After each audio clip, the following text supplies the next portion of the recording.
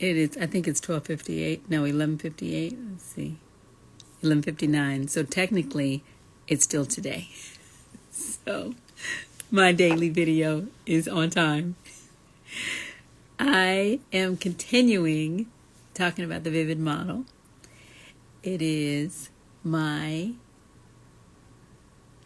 way of teaching you about how to write your vision and the process that you need to go through to write your vision.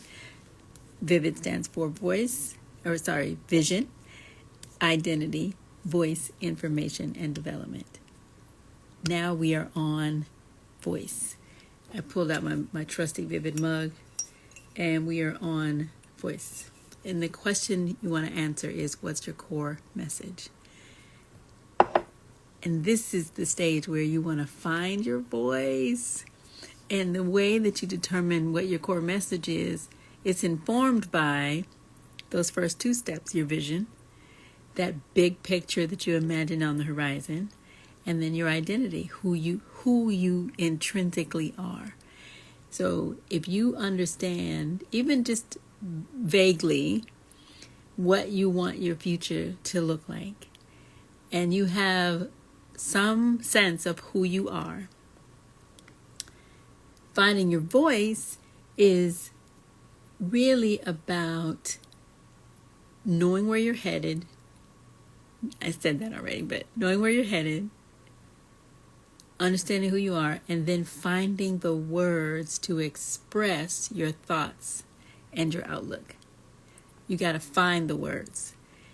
Now, I think I'm a writer, and even as a writer, finding the words is still not, it's not natural. Like, it doesn't just come to you. You have to do some work to get it out, right? To figure it out.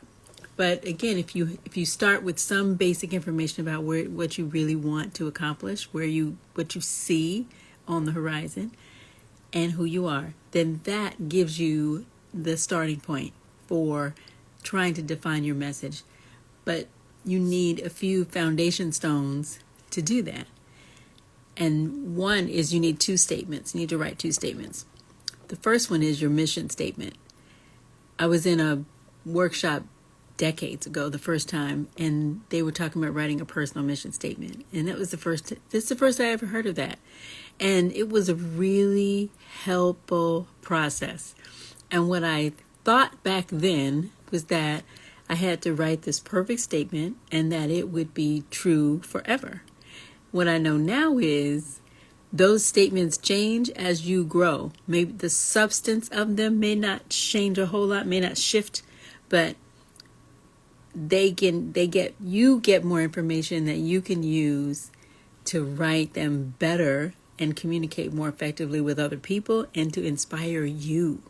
So don't be afraid of writing multiple drafts, and give yourself the permission to change it. So you're not locked in. You're not going to do it wrong. There's no failure. I'm not going to talk today about specifically how to write it, but you just really want your mission statement to describe your personal assignment based on the problem you were born to solve.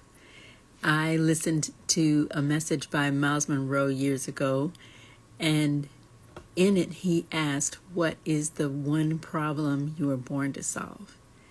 And I've been re-asking that question ever since. What was the one problem?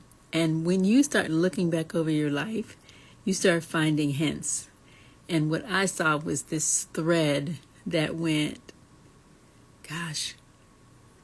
from my childhood all the way through my career and my business. And so it was just a really beautiful discovery. So it might take you a minute to answer that question, but bottom line is, if you have a mission statement, there's something that you are uniquely qualified to accomplish, something that's so important to you and you alone, that you need to clarify that for yourself and just have it written down somewhere where you can read it often.